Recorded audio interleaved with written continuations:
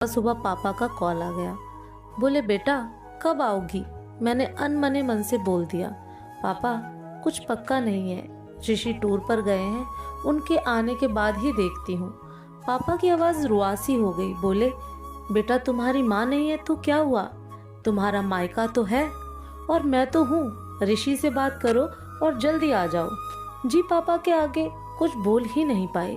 जब तक माँ थी उनसे रोज फोन पर ढेरों बातें करती थी। साल में एक बार गर्मी की छुट्टियों में मैं पूरे 10 दिन के लिए मायके जाती थी। वो सुख किसी जन्नत से कम नहीं होता था। बच्चों से ज्यादा मुझे गर्मियों की छुट्टी का इंतजार रहता था। पर जब से माँ गई मेरा मायके जाने का मन ही नहीं करता। ऐसा लगता जैसे मेरा मायका ही खत्म हो गया। एक सूनापन, एक खालीपन सा मेरी जिंदगी में भर गया था। पापा एकदम शांत स्वभाव के थे और कम बोलते थे, पर सबकी ज़रूरत का पूरा ध्यान रखते थे। ऐसा नहीं कि मैं पापा को प्यार नहीं करती थी, पर बचपन से मैं माँ से ज़्यादा करीब थी, या यूं कहूँ कि वे मेरे दिल के सबसे करीब थी। अपने सारे सुख दुख एक सहेली की भांति मैं उनसे साझा करती थी।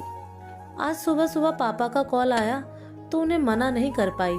पापा का दिल रखने के लिए ऋषि से बोलकर अगले ही हफ्ते के टिकट करवा लिए और पहुंच गई मायके। जैसे ही दरवाजे पहुंची माँ की याद आ गई। ऐसा लगा जैसे वो अभी बाहर निकलकर मुझे गले लगा लेंगी। सोच के आंखें भर आईं। किंतु आज माँ की जगह पापा बाहें फैलाए मेरा इंतजार कर रहे थे। सालों बाद पापा को गले लगा के खूब रोई। पापा ने अपने आंसू छुपाते हुए प्यार से मेरे सिर पर हाथ फेरा तो दिल थोड़ा हल्का हो गया। बहुत दिन बाद पापा को देखा, कमजोर लग रहे थे।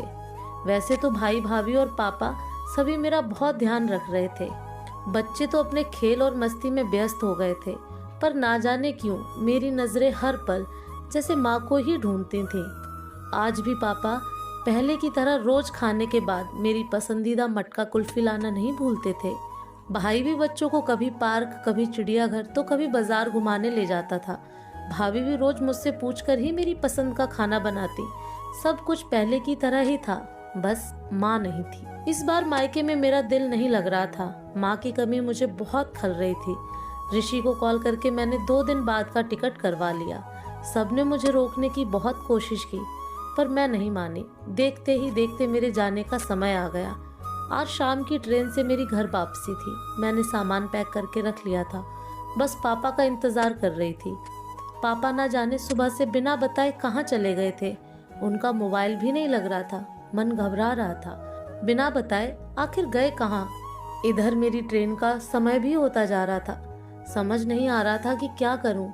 तभी पापा का कॉल आया। बोले गुड़िया तुम लोग स्टेशन पहुंच जाओ, मैं सीधे वहीं पहुंच रहा हूं। हम लोग स्टेशन पहुंच गए।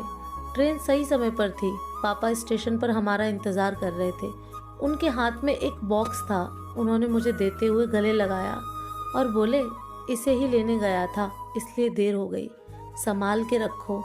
मैंने आश्चर्यचकित होते हुए पूछा इसमें क्या है? पापा की आंखें भर आईं। अपने आंसू पोंछते हुए बोले तुम्हारी माँ का प्यार।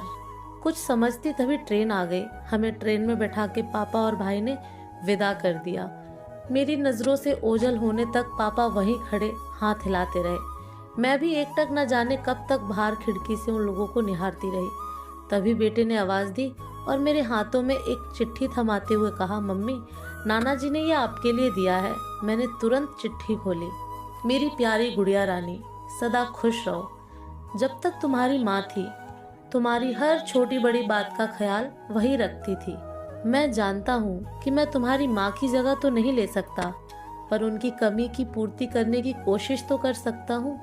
आज तुम्हारी माँ होती तो हमेशा की तरह अपने हाथों से तुम्हारे लिए बड़ी पापड़ अचार बना के साथ भेजती।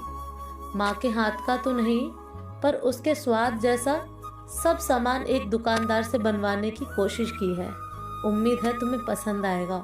और हाँ बेटा, माँ नहीं है तो क्या हुआ, तुम्हारा मायका और हम तो हैं। पहले की ही तरह तुम्हारा इंतजार रहेगा। ढेर सारे प्यार और आशीर्वाद के साथ तुम्हारे पापा।